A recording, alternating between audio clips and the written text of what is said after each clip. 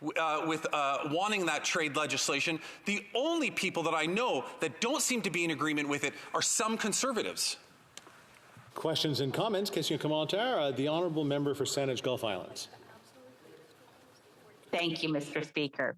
Very grateful for the opportunity to put a question to the Honourable Parliamentary Secretary. It's the connection that I think is, there are heartbreaks beyond heartbreaks, and they seem to be unending since October 7th.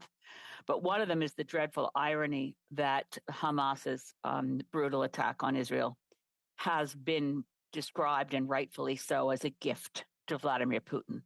It's taken the world's attention, for obvious reason, off of Ukraine.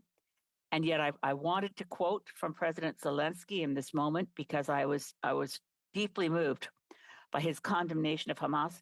In this moment, also recognizing that Israel's government has been the only one of our allies, the only modern industrialized and Western democracy ally of Canada, that has never put a sanction on Russia, that has not responded to Ukraine's dreadful situation of invasion and brutal assault, but illegal war by Russia. Zelenskyy himself, a Jewish leader.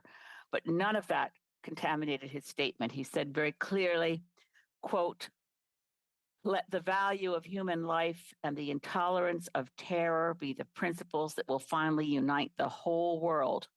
Wherever they aim their missiles and whomever they attack, terrorists must lose, and this is important for the whole world," close quote, President Zelenskyy.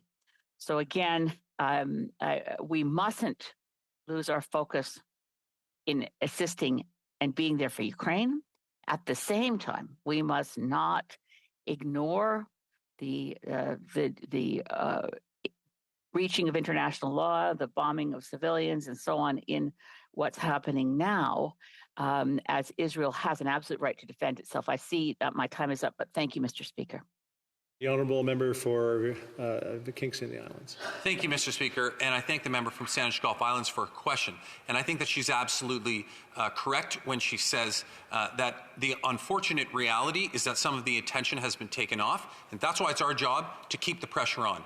And one of those ways that we do that is by continuing to push forward legislation like this, by building relationships with Ukraine so that we can work together with them, so that we don't let the spotlight be taken off of them and the struggles that they're going through. We have to remember here, Mr. Speaker, that Ukraine will win this war. That's inevitable in my mind. They are fighting for their country. They have been invaded by Russia, and in particular Vladimir Putin, and there is no doubt that they will win, and we need to be with them so that we can help make sure that when the time comes, they can rebuild their country, be more prosperous, be more democratic, and be more committed to world peace as a result of that. Right on. Avant de continuer, je pense qu'un appel au règlement. Point of order. The Honourable Minister for Tourism.